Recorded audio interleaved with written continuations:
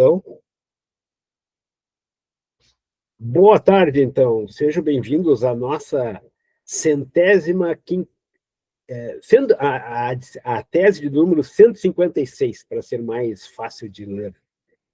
Nosso programa já tem agora já 156 alunos de doutorado, eu acho que inclui nessa contagem aqui também as qualificações. Eu não sei se a ata é só de defesa de doutorado, ou se é doutorado e qualificação, mas é a de número 156, o Rafael Henrique Martel. Ele irá apresentar para nós o aprimoramento de autoencoders para inferências na indústria química. Ele foi orientado pelo professor Farenzena e por mim, e a banca que irá julgá-lo é composta pelos professores Joel Luiz Carbonera, do Instituto de Informática da URGS, pelo professor Dr. Maurício Bezerra de Souza Júnior, da Escola de Química da UFRJ, e pelo Dr. Lucas Ranzan, que na realidade foi quem trouxe o autoencoder para o nosso grupo. Então, boa parte dos desenvolvimentos iniciais lá se devem muito ao Lucas Ranzan, e quem sabe vai voltar a trabalhar conosco, quem sabe. Então, tá. Agora ele tem, o Rafael, ele tem de 30 a 50 minutos para fazer a apresentação dele, mas antes de passar em definitivo a palavra para o Rafael, nós gostaríamos de agradecer imensamente à banca pelo tempo, pelo investimento de tempo de vocês, e pela época em si, que é Natal e tudo mais, conseguimos conciliar a defesa nesse período. Então, nós agradecemos imensamente a colaboração de vocês. E, nesse sentido, a gente procurou fazer um texto que não fosse repetitivo e esperamos que vocês tenham gostado do texto. Então, com a palavra, Rafael. Bom, primeiramente, boa tarde, pessoal. Eu faço das palavras do professor Jorge as minhas. Muito obrigado pela disponibilidade de vocês, muito obrigado por vocês conseguirem participar e contribuir aqui com o meu trabalho. Vou estar fazendo uma apresentação para vocês, então, falando um pouco sobre a minha tese, e depois a gente continua com as possíveis correções e pontos que a gente tem para melhorar. Então, a gente vai estar falando sobre o aprimoramento de autoencoders para inferência na indústria química, né? A estrutura da nossa apresentação está dividida em 7 tópicos. A gente vai começar falando um pouquinho da contextualização, só para entender um pouco sobre o que a gente vai estar discutindo, como a gente vai estar discutindo isso. Então, nossa contextualização, né? Primeiro a gente começa com o desafio. É importante a gente entender, antes da gente começar a realmente falar sobre a tese, que devido a essa evolução, né, tecnológica que a gente tem nos últimos, essa explosão de surgimento de tecnologias nos últimos anos, acaba sendo gerada uma grande quantidade de dados, né, e a indústria química, ela não é uma exceção, e esses dados, eles trazem algumas oportunidades bem interessantes para nós, seja na questão de otimização de operações, melhoria da qualidade de produtos, no aprimoramento, ou mesmo no aprimoramento de tomada de decisões, né? Só que a gente tem um desafio bem importante, né? Que é conseguir transformar esses dados em conhecimento útil, e para isso a gente precisa de abordagens inovadoras.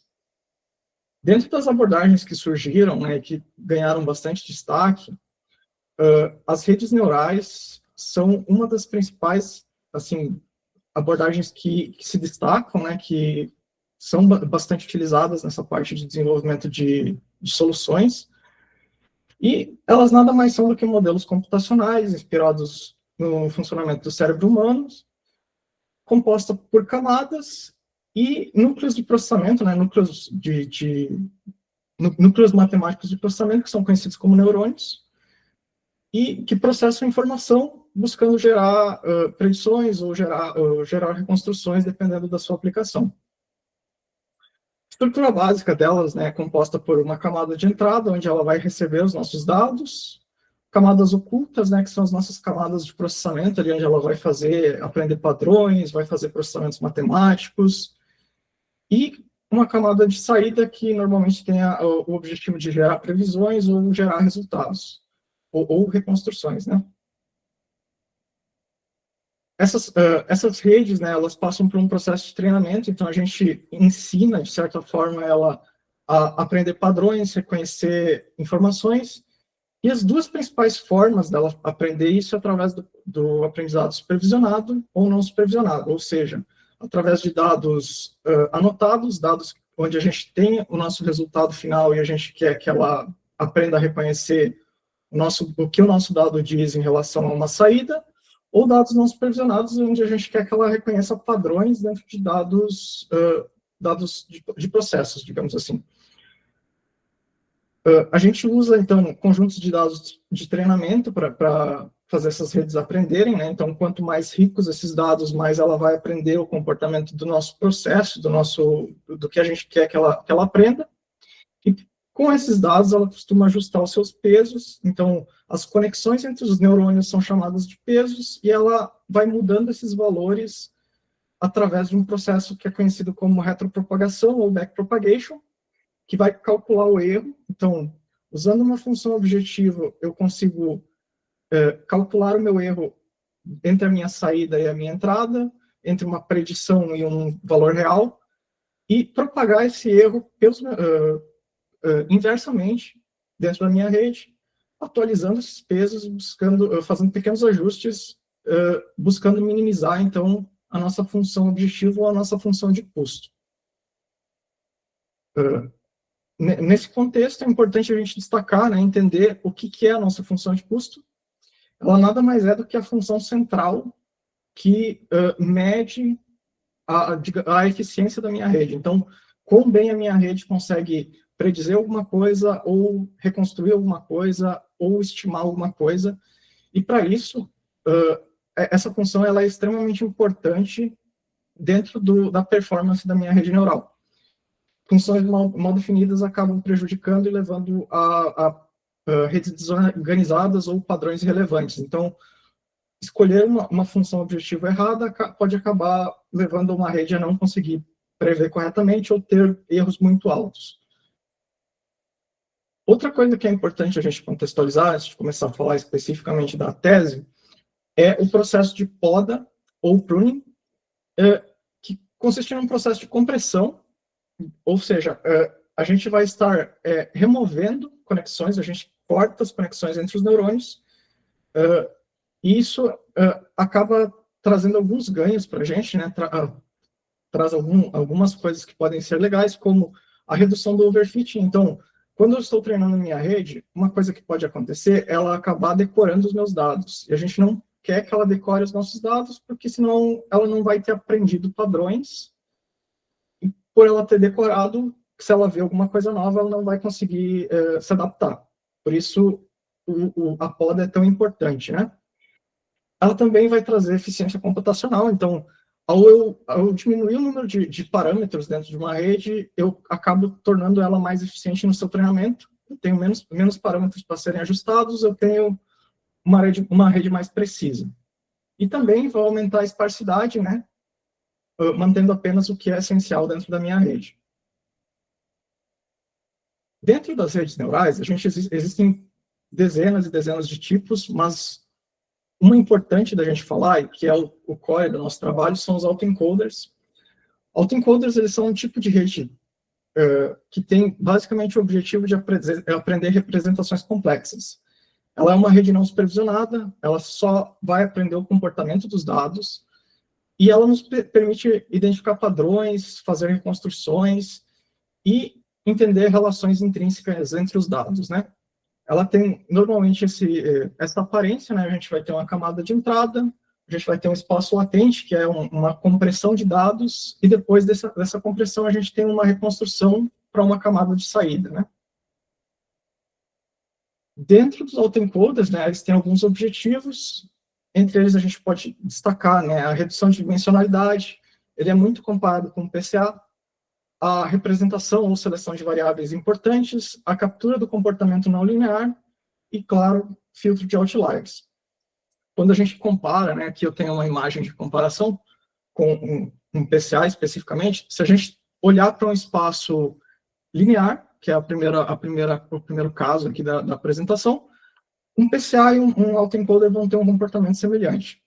Porém, conforme a gente começa a adicionar não linearidades dentro do nosso espaço, do nosso espaço de variáveis, a gente vai entender que o autoencoder consegue capturar esse comportamento, enquanto o PCA não consegue. O PCA ele é unicamente linear, enquanto o autoencoder tem essa capacidade de capturar o comportamento não linear. Outra coisa que é interessante a gente contextualizar, né, são os analisadores virtuais, que nada mais são do que ferramentas desenvolvidas através da utilização de variáveis de processo para facilitar a medição ou inferir propriedades complexas, complexas ou de difícil obtenção, né?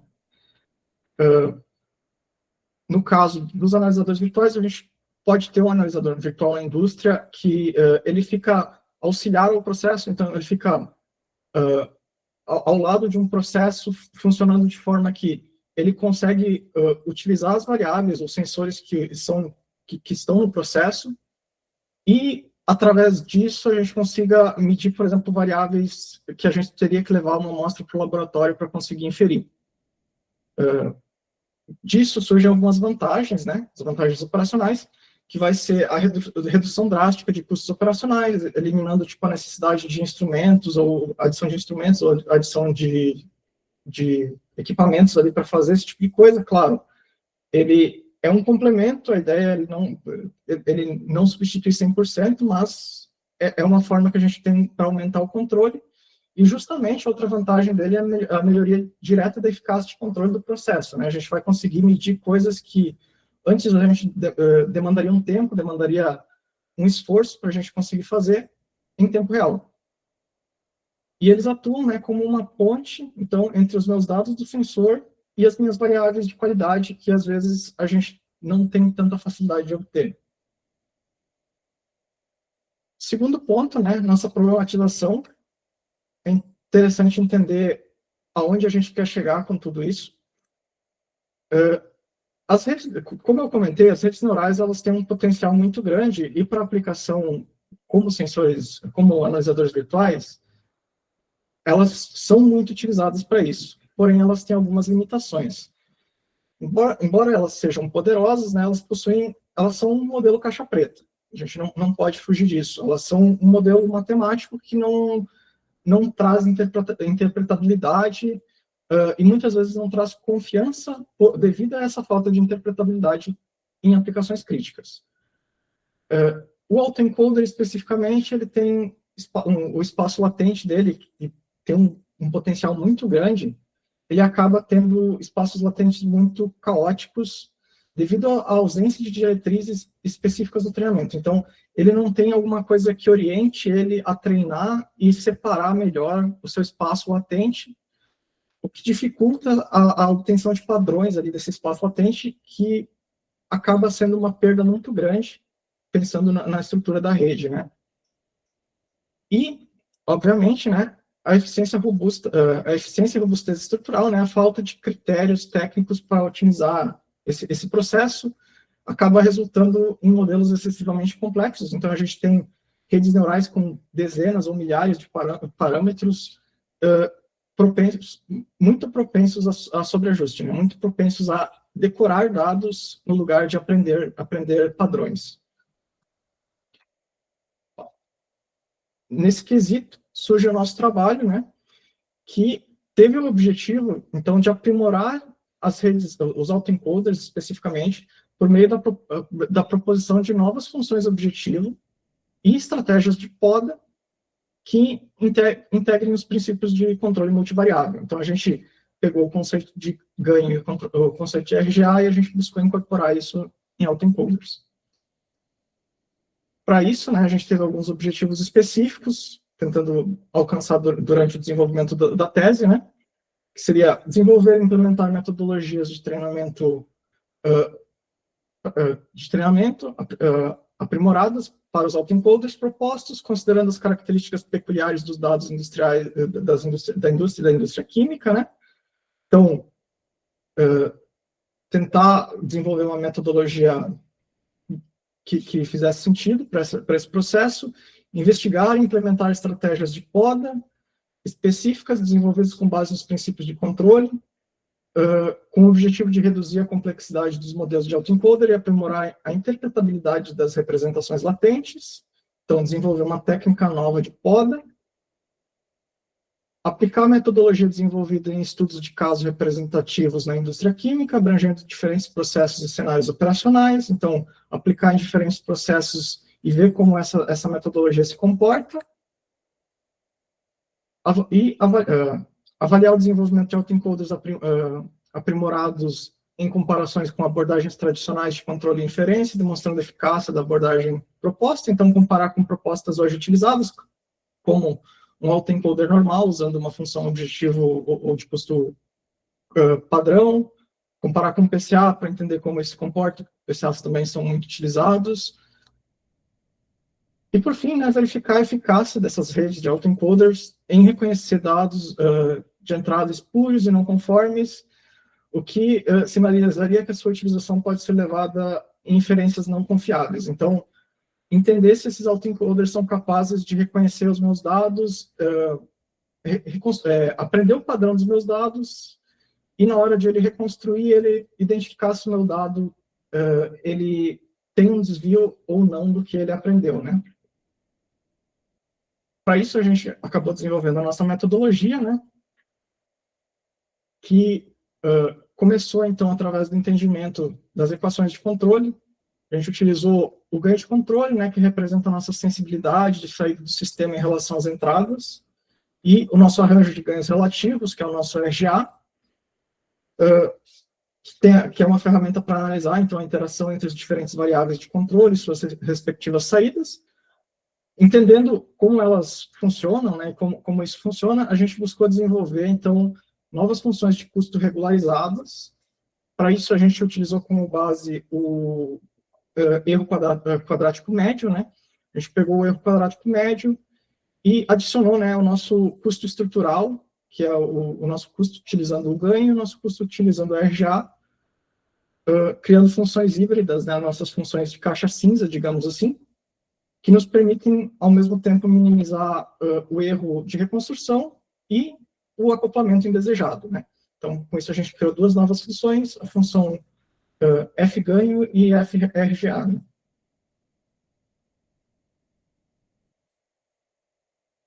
Da mesma forma, a gente, utilizando o ganho e o RGA, a gente criou uma metodologia de poda, sendo essa metodologia inovadora no critério de poda devido à forma como ela funciona. É importante eu destacar essa parte, porque às vezes não fica tão claro.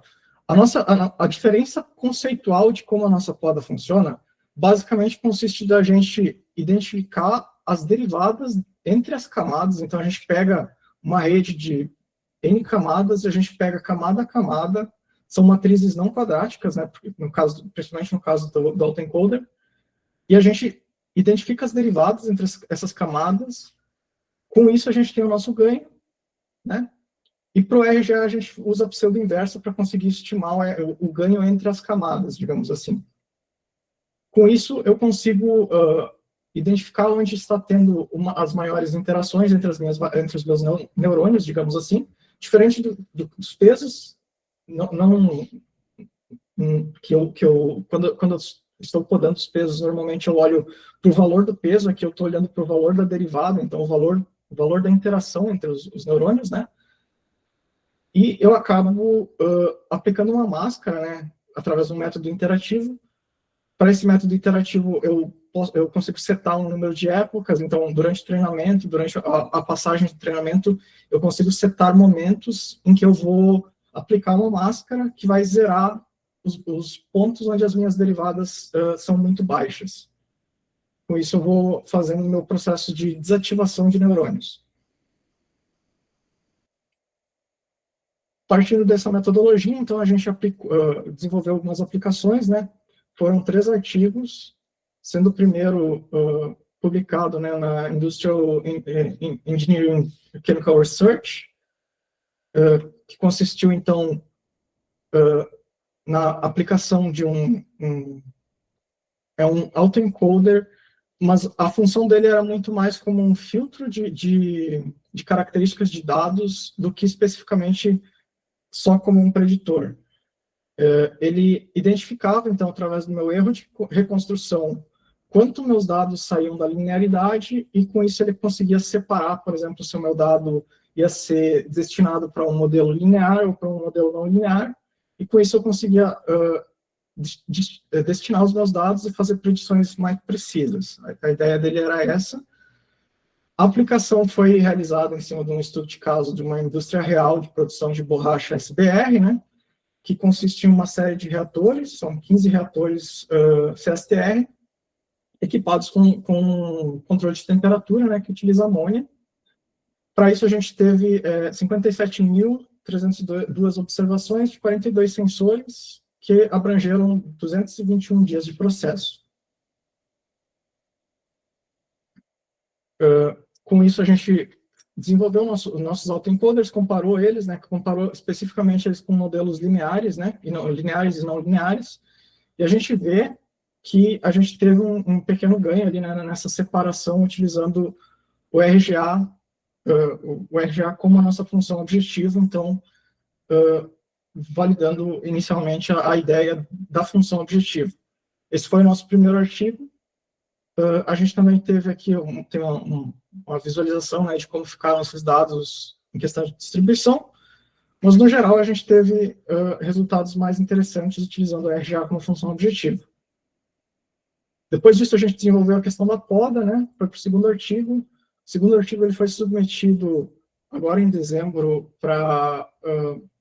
também para a Industrial e Chemical Research como um complemento da primeira pesquisa, então ele é um segundo artigo, porém ele complementa, ele é uma ideia de complemento para a pesquisa, né?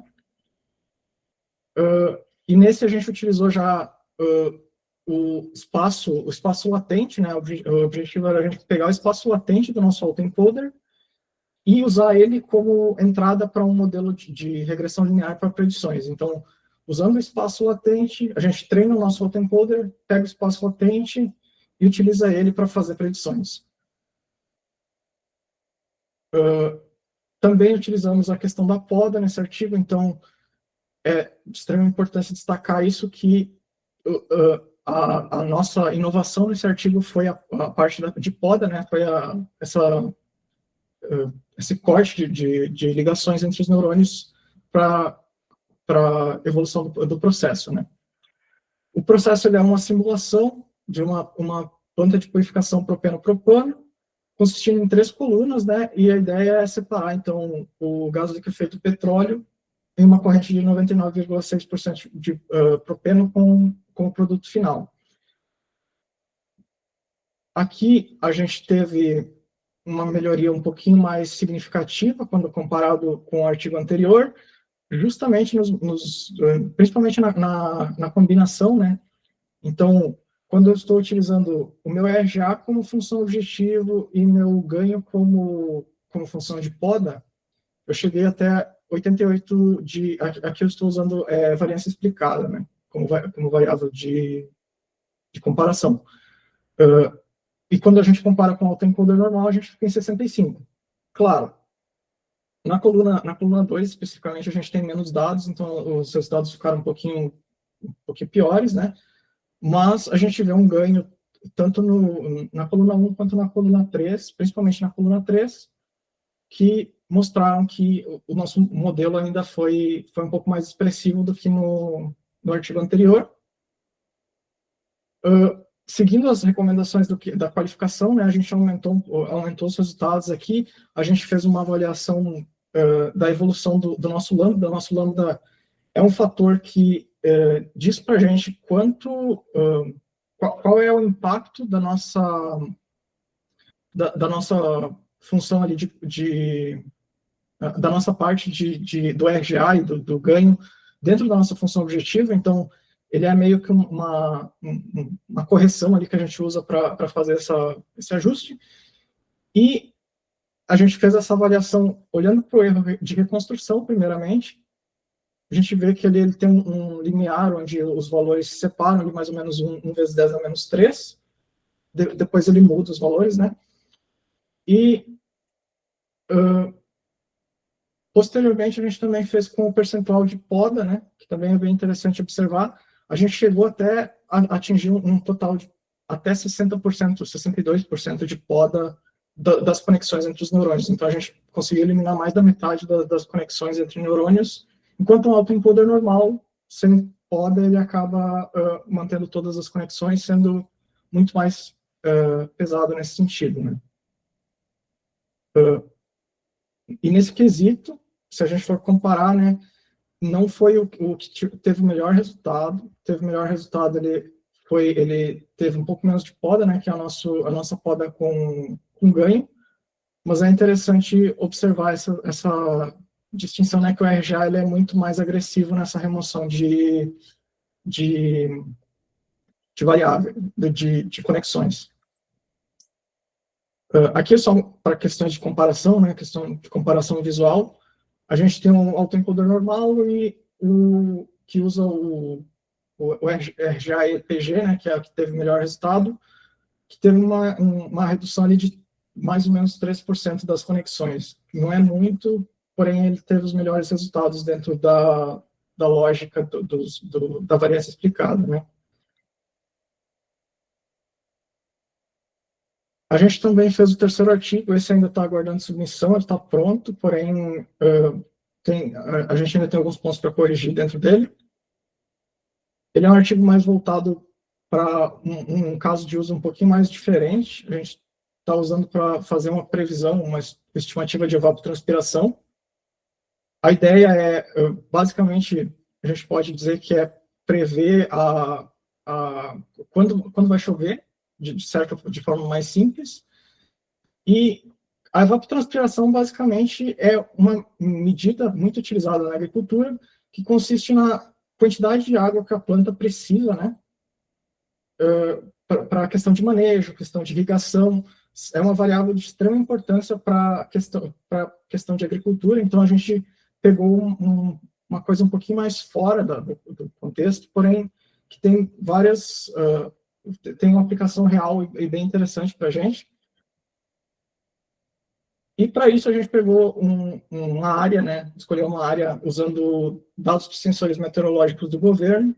A gente escolheu a região sul, até por questão de justificativa da localização que a gente se encontra, pegando Paraná, Santa Catarina e Rio Grande do Sul,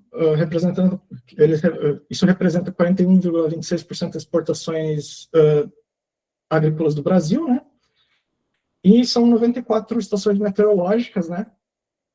Usando os sensores do INMET, no período de 1 de janeiro de 2011 a dezembro de 2020. Aqui a gente também teve, olhando para a variância explicada especificamente, né, a gente teve a combinação, né, então aqui já é o oposto do artigo anterior, antes era o RGA como função objetivo e o ganho como poda, aqui a gente tem o ganho como função objetivo e o RGA como poda. Ele se destacou mais, assim, em questão de resultado, quando comparado com o autoencoder normal e com o PCA. E, da mesma forma, a gente fez a avaliação de perda. Aqui a perda ficou um pouquinho maior do que o artigo anterior, por causa da quantidade de épocas que a gente treinou. A gente acabou dando uma reduzida nesse sentido, porque era muito dado. São dados é um conjunto de dados bem robusto, então acabou ficando com um erro um pouquinho maior devido ao tamanho, a quantidade de épocas que a gente treinou. Mas, novamente, a aplicação da nossa função acaba reduzindo um pouco a perda, né? Então, ela demonstra um pouco a capacidade ali de melhorar o modelo, digamos assim. E o percentual de poda, né? A gente chegou ali em torno de uns 20% a 30% usando o RGA, que nesse caso aqui a gente tem especificamente o que teve o melhor desempenho, né? Ele chegou entre 31% a 23% de poda, desligando as conexões do valor final, né? Em relação às nossas contribuições do trabalho, né, a gente criou novas funções de custo inovadoras para o treinamento e otimização de autoencoders. baseados no ganho multivariável e no arranjo de ganho relativo, né? A gente fez aplicações práticas dessas funções em estudos de caso real, e simulados, né, evidenciando sua relevância e eficácia no contexto industrial. A gente introduziu, então, uma estratégia de poda nova também, aprimorando a otimização e garantindo resultados mais robustos nos processos analisados. E a gente fez a validação das metodologias por meio de aplicações bem-sucedidas, demonstrando a utilização prática e solidez. Então, a gente aplicou a gente fez 3 aplicações que mostraram resultados interessantes para a gente. Aqui só como está distribuída a questão dos nossos objetivos, das nossas contribuições dentro dos artigos, né? E, por fim, né, nossas conclusões e perspectivas futuras, né? Então, em síntese, nós aprimoramos os autoencoders, estabelecendo e validando, né, um framework, transformando o que antes era um modelo caixa preta num modelo que agora a gente pode chamar de caixa cinza, até porque a gente consegue, de certa forma, entender como essas variáveis estão conectadas e como elas interagem entre si. Tornando isso, então, mais eficiente, mais interpretável e alinhado com os princípios e fundamentos da engenharia, né? As novas funções de ganho e RJA desenvolvidas, elas possibilitaram a rede neural a seguir as interações e o acoplamento entre variáveis. Então, a gente conseguiu garantir, de certa forma, devido às nossas derivadas, devido às nossas às nossas funções, a gente conseguiu fazer com que a rede, durante seu treinamento, seguisse um caminho um pouco mais específico do que o que é o padrão. A gente conseguiu fazer com que ela olhasse para as suas interações, olhasse para as variáveis, como elas estão conectadas e como elas estão trabalhando, e fizesse um treinamento mais eficiente. Também conseguimos, com a poda, reduzir algumas redes, né, até em 60%. Então, conseguimos diminuir o tamanho, o número de parâmetros ali dentro do treinamento, mitigando o overfitting de forma sistemática, né? A gente conseguiu, através da nossa metodologia de poda, a gente conseguiu reduzir o tamanho de redes e melhorar resultados. E, claro, levando a ganhos nas métricas, né? A gente teve melhorias nas métricas de predição dentro dos analisadores virtuais e mostrando uma evolução, né, no treinamento das redes, que era o objetivo central do trabalho e no seu treinamento, né? Então, a gente conseguiu atingir o nosso objetivo principal, que era melhorar o treinamento das redes neurais de uma forma eficiente.